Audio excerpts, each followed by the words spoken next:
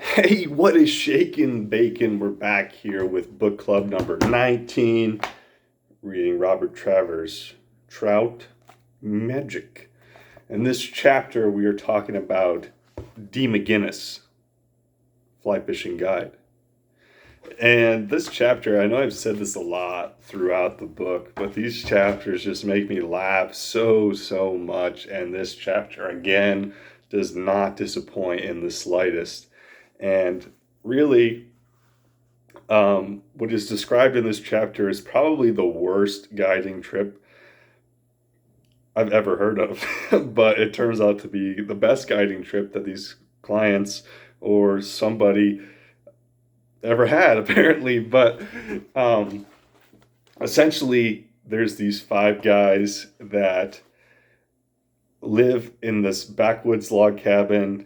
They're broke. Two of them are actually in jail. They're flat broke because one of them got bailed out from jail. This is on the day after St. Patrick's Day, where there was some partying going on and some run-ins with the law, and it involved a car getting disabled and stuff like that. It's just this crazy story. And then they see an ad in this magazine about some people in Wisconsin just kind of charging like $12 a day for fishing and guiding in Wisconsin for bass fishing.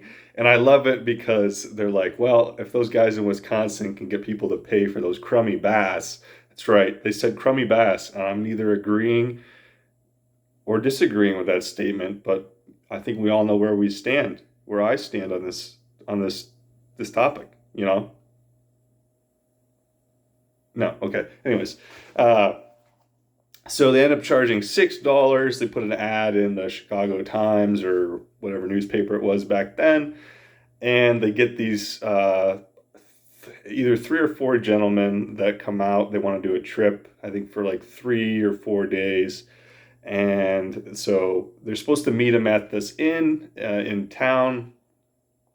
And the main character, D. McGinnis, or Danny, he actually hikes to town to meet them at this fancy hotel, but he like finds in the letter that it doesn't say specifically where to meet them at this hotel. And he like sticks out as a sore thumb. Like, he's a redneck, like, in this town, backwoods guy. His clothes are old. He's got mud up to his knees. And so he like looks through the letter multiple times. Hey, I can meet him anywhere. And he ends up going to the tap room of the hotel. And so later, the clients find him in the alley, basically sleeping off his drunken state in the garden. And they peel him off and they drive him. So they're like, what did we get into? You know, we're with this drunken guy, this drunken old backwoods guy. And they get to this stream, and they see this beautiful stream, and they, ask Danny where his pole is, and he's got this old bamboo rod that's busted. It's got tape at all the joints, where the pieces connect. It's just old, and they're like, this is nuts. Like, the water's cool, but this guy is nuts. He's drunk all the time. He even sleeps on the car ride back to the lodge. And but they get out there, and two of them, they break into groups. They're fishing. They're catching these little brook trout. And while the two of them go downstream, two of them go upstream. Danny kind of slides into his pool. But before he's sitting back, he's drinking. He's not really doing much. He's not really guiding, which is hilarious. I wish I could not do anything while I was guiding and still get paid handsomely for it.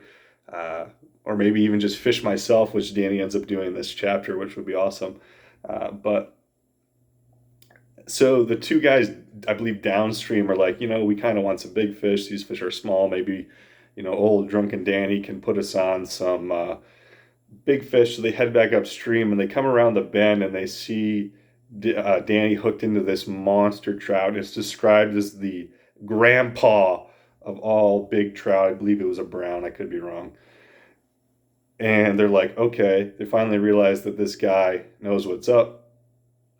The fish actually snaps his line, and Danny he tells him to jump on it. It swims between the two guys' legs, and he jumps on it.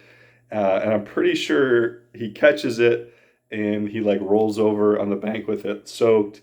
and he has this huge fish. Now, I don't know how true of a story this is. I looked up briefly to see if this was true, any of this story, if this person actually exists. I don't know for sure. If you have heard or done any research on this story, please let me know in the comments. I'd love to read more into it and hear about this legend that is D. McGinnis fly fishing guy.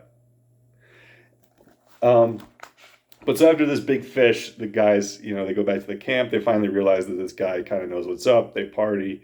They get up in the morning, and Danny has this miracle hangover juice. What it sounds like is it's like this miracle hangover juice that gets him going for the next day.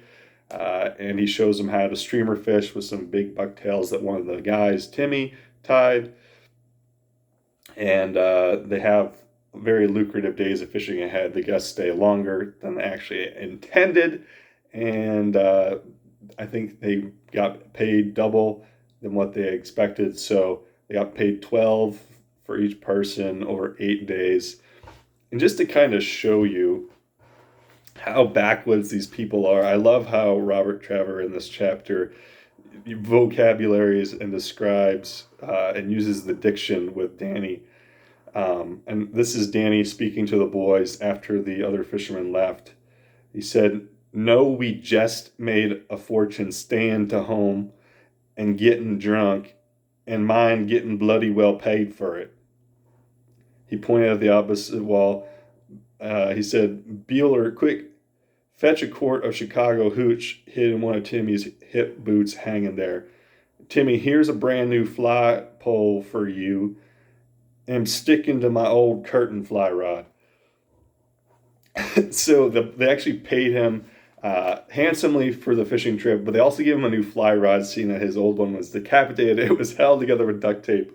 But this old backwoods, whatever you want to call him, he's like, "No, I don't want that new fancy fly rod." He gives it away. He's like, "I'm going to stick with my old broken one." And he finishes off the chapter saying, "We rich boys, we really rich." And it's just super funny that, this is shortly after the Depression, so that was a fairly good bit of money that they had come to, especially from being broke and in debt. But it was just super funny. It was a super funny chapter. It has been a really fun book to read, and I'm looking forward to the next one. And I kind of wish I could, I don't really drink, but I kind of wish I could sit back and fish and catch big fish while I'm guiding and be paid handsomely for it. So I think that's the dream for everybody, every guide. So that's going to do it for this book club, guys. Just before we go, if there's anything that I could be praying for you for, please leave that in the comments or DM me, whatever, if you want to keep that private. Merch, the link to that in the bio. I have sweatshirts out, hats.